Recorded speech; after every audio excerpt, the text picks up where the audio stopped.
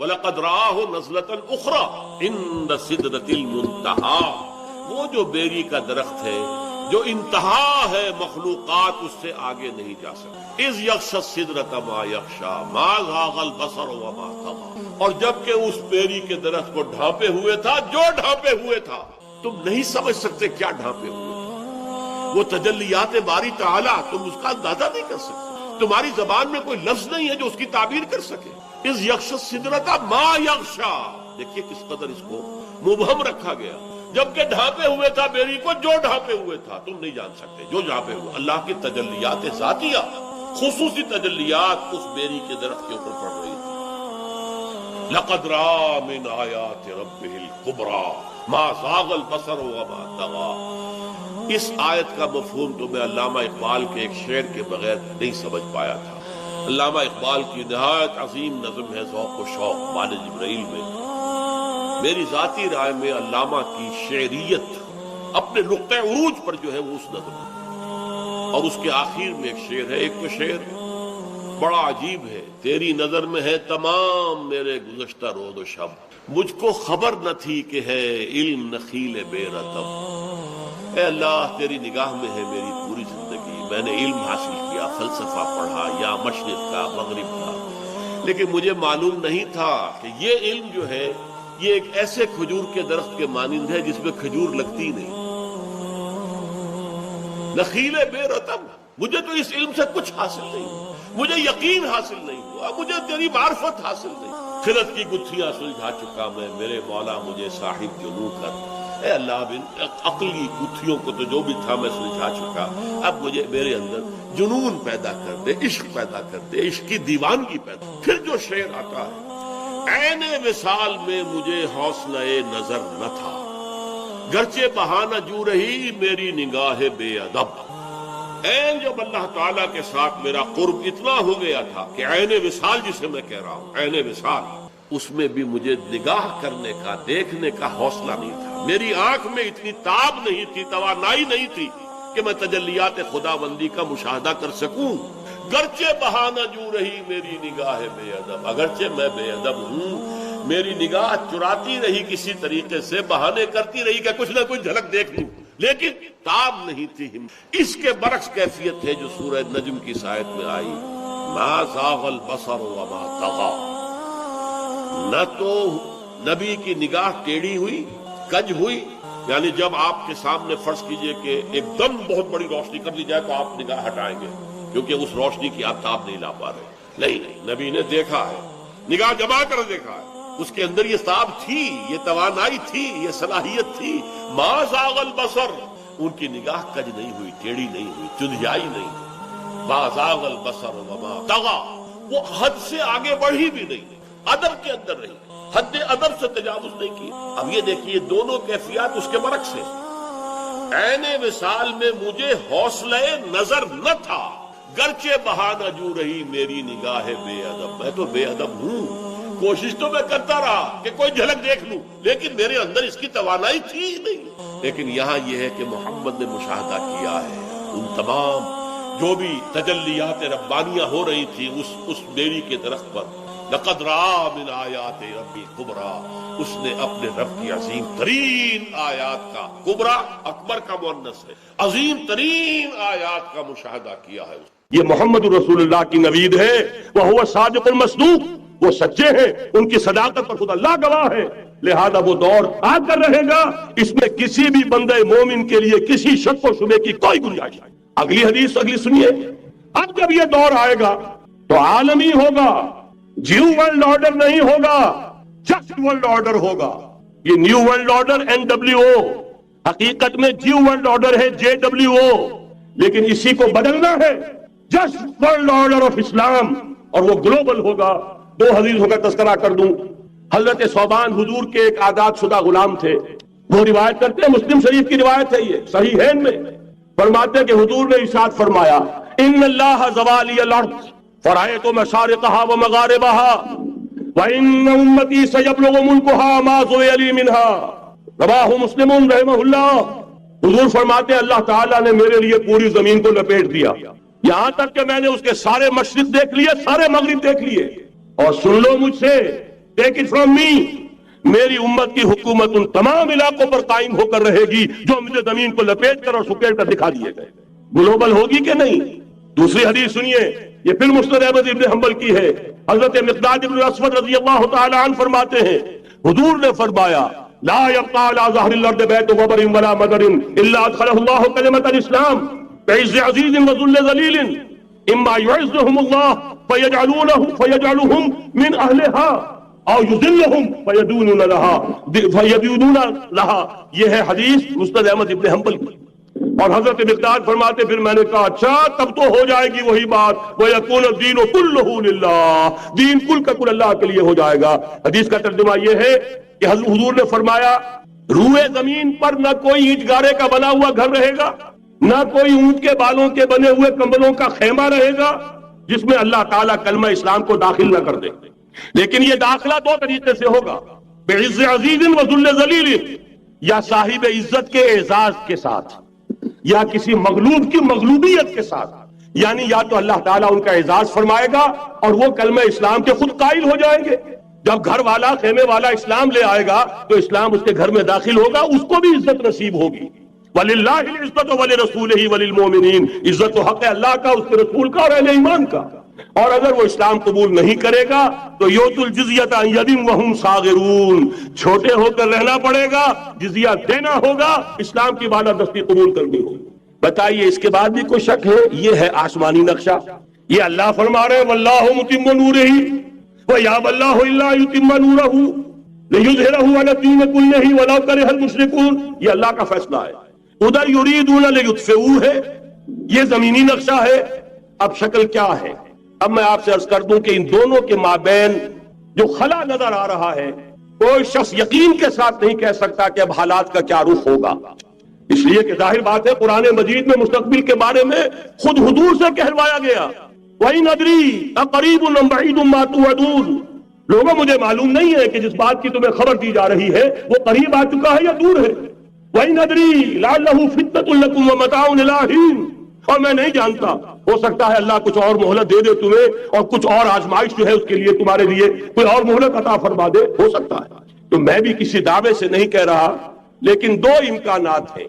امکان نمبر ایک کیا ہے؟ ابھی عالم اسلام کا ایک سالڈ بلاک ہے جو یہودی ورلڈ آرڈر کی نگاہوں میں کھٹک رہا ہے. میں کھٹکتا ہوں دل یزداں میں کانٹے کی طرح. اگرچہ ان کی اسٹریٹجی کیا ہے؟ ایک ایک کر کے ان کے حصے بکھرے کر کے تیا پاچا کرو. ابھی وہ بلاک کون سا ہے؟ ایران ہے، افغانستان ہے، پاکستان ہے اور روسی ترکستان سے آزاد ہونے والی جو ریاستیں ہیں. یہ ایک سالڈ بلاک.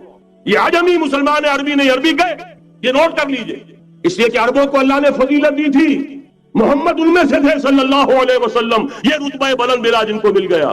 لیکن ساتھ ہی اللہ نے دھمکی بھی دے دی تھی سورہ محمد میں ان تتولوا یستبدل قوما غیرکم، اگر تم پیٹھ دکھا دو گے اس مشن کو جو ہم نے تمہارے حوالے کیا ہے تمہیں ہٹائیں گے، کسی اور کو لے آئیں. اور یہ بات ہو چکی ہے 13ویں صدی عیسوی میں 1258 میں جب سقوط بغداد ہوا ہے. عربوں کے ہاتھ سے عالم اسلام کی قیادت چھین لی گئی، معذور کر دیا. اس کے بعد قیادت کن کے ہاتھوں میں آئی؟ ترکوں کے ہاتھ.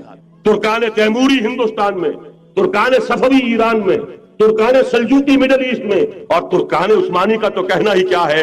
وہ ایشیا مائنر سے چل کر آپ کو معلوم ہے کہ مشرقی یورپ کا کتنا بڑا علاقہ، دی گریٹ آٹومان امپائر اس صدی کے آغاز تک قائم تھی.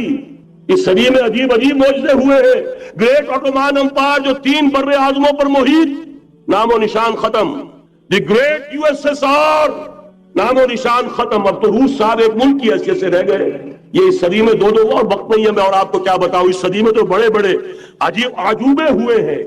بڑی بڑی 2 عظیم جنگیں ہو چکی ہیں، تیسری جو ہے سر پر کھڑی ہے، دور نہیں ہے، جس کو حدیث میں کہا گیا ہے الملحمۃ العظمی، تاریخ انسانی کی عظیم ترین جنگ. اور وہی صلیبی جنگ جس کا آغاز بوسنیا سے ہو چکا ہے. بہرحال اس وقت جو میں کہہ رہا تھا، ورنہ میرے پاس تو یعنی یہ کہ درد دل کہنے کے لیے وقت نہیں ہے، مجھے اپنی بات کو محدود کرنا پڑ رہا ہے. لیکن میں اب آ رہا ہوں اصل موضوع کی طرف کہ ایک امکان تو یہ ہے کہ اس بلاک میں اسلام کا احیاء ہو، اور اس کے لیے کچھ نویدیں بھی موجود ہیں احادیث نبویہ میں. وہ تو آپ نے سنا ہوگا اقبال کا شعر، میرے عرب کو آئی ٹھنڈی ہوا جہاں سے، میرا وطن وہی ہے، میرا وطن وہی ہے۔ حدیث میں آتا ہے یخرج الناس من المشرق یؤتون للمہدی یعنی سلطان ہی، مشرق سے فوجیں نکلیں گی کہ جو کہ مہدی کی حکومت قائم کریں گے۔ یہ مہدی اہل تشیع کے مہدی اور ہیں، ہمارے مہدی اور ہیں۔ اہل تشیع کے عقیدے کے مطابق ان کے بعد میں امام جو روپوش ہو گئے تھے وہ امام مہدی ہے، وہ ظاہر ہو جائیں گے، ابھی امام غائب ہے پھر وہ ظاہر ہو جائیں گے۔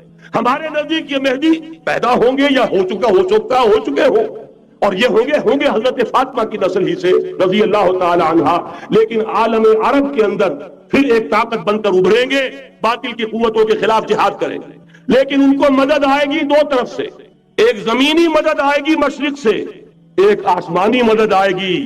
عیسیٰ ابن مریم کا نزول، حضرت مسیح علیہ الصلوۃ والسلام جو زندہ آسمان پر اٹھائے گئے تھے نازل ہوں گے، اور در حقیقت ان دو مددوں کے نتیجے میں پھر یہود کا قلع قمع ہوگا، اور یہی گریٹر اسرائیل ان کا گریٹر گریو یارڈ بن کر رہے گا، عظیم تر قبرستان بن کر رہے گا۔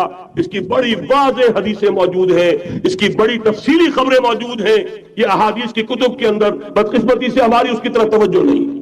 ایک تو یہ ہو سکتا ہے، اسی طریقے سے ایک اور حدیث ہے یخرج من خراسان رایات سود، اور یہ مسلم شریف کی روایت ہے، نوٹ کیجئے گا، نہیں ترمذی شریف کی روایت ہے، یخرج من خراسان رایات سود لا يردها شيء حتى تنصب بإيلیا، اور خراسان حضور کے زمانے میں آج کے افغانستان کا نام تھا۔ یہ افغانستان میں جو جہاد ہوا ہے، غلطیاں ہوئی ہیں اور غلطیوں کا خمیازہ بھگت رہے ہیں۔ یہ تو اللہ تعالیٰ کی سنت ہے جس میں اللہ نے صحابہ کو بھی ایگزمپٹ نہیں کیا، غلطی کی سزا دی ہے۔ 35 صحابہ کی غلطی غزوہ احد میں ہوئی، جہاں سے حکم تھا کہ مت ہٹنا، 50 میں سے 35 ہٹ گئے، نتیجہ کیا نکلا؟ فتح شکست میں بدل گئی، 70 صحابہ شہید۔ اللہ تعالیٰ نے فرمایا وَلَقَدْ صَدَقَكُمُ اللَّهُ وَعْدَهُ إِذْ تَحُسُّونَهُم بِإِذْنِهِ حَتَّىٰ إِذَا فَشِلْتُمْ وَتَنَازَعْتُمْ فِي الْأَمْرِ وَعَصَيْتُم مِّن بَعْدِ مَا أَرَاكُم مَّا تُحِبُّونَ۔ مسلمانوں ہم سے گلہ نہیں کر سکتے، ہم نے اپنا وعدہ سچا کر دکھا دیا تھا، جبکہ تم انہیں گاجر مولی کی طرح کاٹ رہے تھے، لیکن جب تم ڈھیلے پڑ گئے، تم نے ڈسپلن کو توڑا، تم نے اختلاف کیا تو سزا دیا۔ تو اگر صحابہ کرام رضوان اللہ تعالی علیہم اجمعین خیر الناس بعد الانبیاء، پوری نوع انسانی کے اندر انبیاء کے بعد بلند ترین انسان، اگر ان کی بھی غلطی کا خمیازہ جو ہے اللہ نے چکھایا، کیوں چکھایا؟ ضروری تھا، آئندہ کے لیے سبق ہو جائے۔ وَلِيُمَحِّصَ مَا فِي قُلُوبِكُمْ، تاکہ تمہارے دلوں کے اندر اگر کہیں کوئی کھوٹ ہے اور پاک کر دیں ہم۔ اس لیے بہرحال غلطیاں ہوئی ہیں افغانستان میں، ایک امام کے ساتھ بیعت نہیں تھی، بلکہ بدقسمتی اور پڑھ کر یہ ہے بیعت کر کے توڑ دی۔ عبد الرسول سیاب صاحب کے ہاتھ پر ہمارے پاکستان کے 7 گروپ جو تھے، انہوں نے عین حرم میں بیٹھ کر بیعت کی اور پاکستان آ کر بیعت توڑ دی، سزا اس کی مل رہی ہے۔ آپس کی خانہ جنگی یوں ہی نہیں ہو رہی، کوئی سبق ہے، لہذا یہ سزا تو ملے گی، لیکن جتنا خون یہاں پر خلوص کے ساتھ دیا گیا ہے اس کی مقدار بھی کم نہیں ہے، یہاں سے خیر برآمد ہوگا۔ اور دوسری بات اپنے بارے میں نوٹ کر لیجئے، یہ پاکستان، بچا کھچا Pakistan, what remains of Pakistan, یہ اصل میں ہے کیا؟ مولانا بہت خوبصورت انداز میں فرما رہے تھے، یہ 313 نہیں تھے، اسلام تھا۔ اسی طرح نوٹ کیجئے، پاکستان نہیں ہے، 4 صدیوں کی تجدیدی مساعی کا حاصل۔ آپ نے کبھی نوٹ کیا ختم نبوت کے بعد اب سب سے اونچا منصب کس کا ہے؟ مجددین۔ سنن ابی داؤد کی روایت، ان اللہ یبعث فی هذه الامہ علی راس کل 100 عام من یجدد لها دینها۔ اور نوٹ کیجئے، کوئی بات ہے 1000 برس تک سارے مجدد عالم عرب میں پیدا ہوئے، جیسے ہی دوسرا 1000 سال شروع ہوا، الف ثانی کا مجدد اعظم شیخ احمد سرہندی کہاں تھا؟ صنم خانہ ہند میں حاضر ہوا میں شیخ مجدد کی لحد پر، وہ خاک کے ہے زیر فلک مطلع انوار، گردن نہ جھکی جس کی جہانگیر کے آگے، جس کے نفس گرم سے ہے گرمی آرات۔ وہ پھر 12ویں صدی کا مجدد اعظم امام الہند شاہ ولی اللہ دہلوی، 13ویں صدی کا مجدد اعظم سید احمد بریلوی، اس کے خون کا امین اور اس کے ساتھ کے شہداء کے خون کا امین، ان کے جسموں کا امین آپ کا خطہ ہدارہ، آپ کا خطہ سوات، اس میں ان کی جانیں ہیں جو دی گئی ہیں۔ اور وہ نہایت میں آپ سے عرض کر دوں، دور صحابہ کے بعد اتنا خالص اسلامی جہاد پوری مسلمان تاریخ میں نہیں ملے گا جتنا وہ تحریک شہیدین کا۔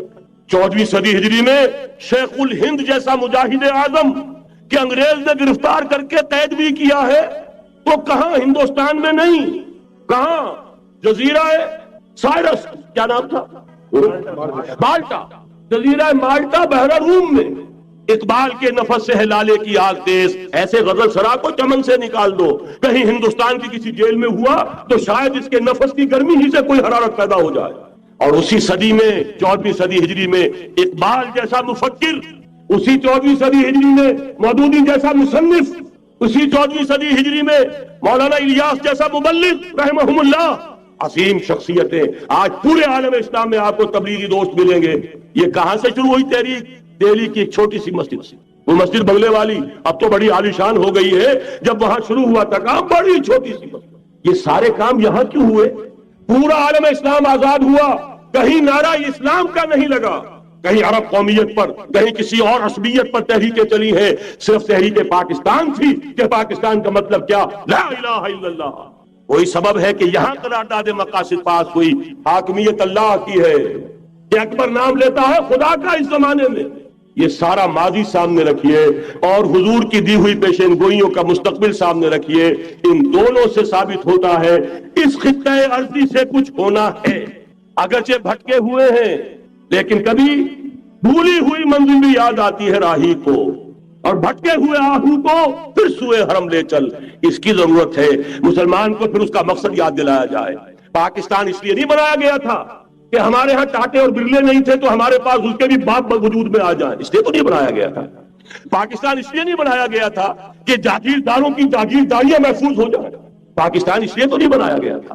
اور یہ کہ نمازیں اور مسجدیں تعمیر ہو جائیں، مسجدیں تو امریکہ میں تعمیر ہو رہی ہیں عالی شان سے عالی شان، اس لیے پاکستان نہیں بنا تھا۔ آج بھی مسلمان، میں معذرت سے عرض کر رہا ہوں مولانا سے، آج بھی بھارتی مسلمان کی ایوریج نمازی ہونے کے اعتبار سے پاکستانی مسلمان سے کہیں بہتر۔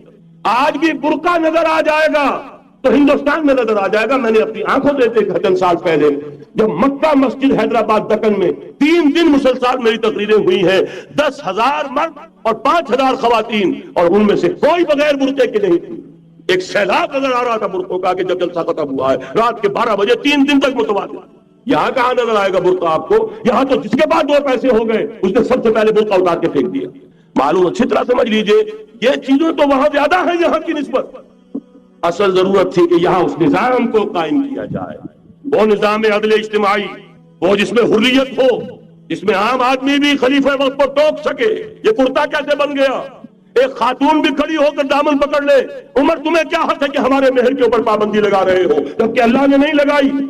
اللہ قرآن میں 3 کا لفظ استعمال کر رہا ہے۔ ڈھیروں سونا دے دے کوئی شخص اپنی بیوی کو مہر کے اندر، طلاق دیتے وقت اس میں سے کچھ نہیں لے سکتا، آپ کون ہوتے ہیں ہمارے حق کے اوپر پابندی لگانے والے؟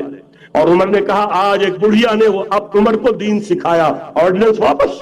حضرت سعد بن ابی وقاص رضی اللہ تعالی عنہ جو فاتح ایران تھے، وہ گورنر ایسے نہیں بن گئے تھے ریوڑیاں بٹی ہو اور گورنری مل گئی ہو، وہ تو خود فاتح تھے ایران کے، اس لیے گورنر تھے۔ صرف ایک پرچہ پہنچا ہے بارگاہ خلافت میں، حضرت عمر فاروق کے پاس انفارمیشن آئی سعد نے اپنے گھر کے باہر ڈیوڑی بنا لی ہے اور ایک دربان کھڑا کر دیا۔ حضرت بلال کو بھیجا ہے رقعہ دے کر، اور یہ حکم تھا کہ بلال پہلے تو جاتے ہی ڈیوڑی میں آگ لگا دینا، پھر یہ رقعہ دینا میرا۔ اور رقعے میں لکھا ہوا تھا اے سعد، لوگوں کو ان کی ماؤں نے آزاد کرنا تھا، تم نے انہیں اپنا غلام کب سے بنا لیا ہے؟ یہ دربان کھڑے کر دیا اپنے آگے۔ وہ حریت، وہ مساوات کہ جا رہا ہو خلیفہ وقت اور چارج لینے جا رہا ہے بیت المقدس کا، کوئی ذاتی علاج کے لیے نہیں جا رہا، سیر و سیاحت کے لیے نہیں جا رہا، چارج لینے کے لیے بالکل سرکاری وزٹ ہے، آفیشل وزٹ ہے، اسٹیٹ وزٹ ہے۔ اور حال کیا ہے؟ 700 میل کا فاصلہ طے کرنا اور ایک اونٹنی، کوئی انٹوریج نہیں، کوئی خدم و حشم نہیں، کوئی جمبو جٹ بھرے ہوئے نہیں، کچھ نہیں، ایک اونٹنی ایک خادم۔ اس ایک اونٹنی پر چونکہ راستے کا راشن بھی ہے لہذا 2 آدمی نہیں بیٹھ سکتے، ایک بیٹھ سکتا۔ ایک منزل خلیفہ وقت بیٹھا ہوا ہے اوپر اور خادم نکیل پکڑ کر چل رہا ہے، اگلی منزل خادم اوپر بیٹھا ہے اور خلیفہ وقت عمر بن الخطاب رضی اللہ تعالی عنہ، اور وہ آگے آگے نکیل پکڑ کر چلتا۔ یہ نظام چاہیے آج نوع انسانی، اس کے انتظار میں، اس کی تلاش میں نوع انسانی نے کتنے تجربے کر لیے، کیسی چھلانگیں لگائیں، ملوکیت ختم کی، آسمان سے گرا کھجور میں اٹکا، جمہوریت آئی نام نہاد، لیکن وہ سرمایہ دارانہ نظام بن کر آگے سے بڑھ کر لعنت بن گئی۔ پہلے جاگیردار مسلط تھا، اب سرمایہ دار اور کارخانے دار مسلط ہو گیا۔ اس سے نکلنے کے لیے دور لگایا، کمیونزم کی طرف گئے، چھلانگ لگائی، اب ایک پارٹی ڈکٹیٹر بن کر بیٹھ گئی۔ انسان رست از یک بنتا افتاد در بندے دیگر، ایک چیز سے غلامی سے نجات پاتا ہے، دوسری میں پھنس جاتا ہے۔ اور کیوں؟ کہ وہ نظام عدل اجتماعی جو محمد عربی کو دے کر بھیجا گیا تھا، اس کے کسٹوڈین سوئے ہوئے، اس کے کسٹوڈین کو اندازہ ہی نہیں۔ یہ نسخہ تو ہمارے پاس تھا، ہمیں عمل کرنا تھا اور دنیا کے سامنے پیش کرنا تھا۔ پاکستان بنایا اس لیے گیا تھا کہ ہم اس کا ایک نمونہ دنیا کے سامنے پیش کریں گے۔ قائد اعظم نے فرمایا تھا کہ ہم یہ چاہتے ہیں کہ پاکستان کی صورت میں عہد حاضر میں اسلام کے اصول حریت و اخوت و مساوات کا ایک نمونہ قائم کر کے دکھائیں۔ کہاں ہے وہ؟ بھٹک گئے، سو گئے۔ بہرحال اب بھی وقت ہے، جب تک سانس تب تک آس۔ میرے عزیز نے تو ڈرایا ہے اور صحیح ڈرایا ہے۔ اللہ تعالیٰ نے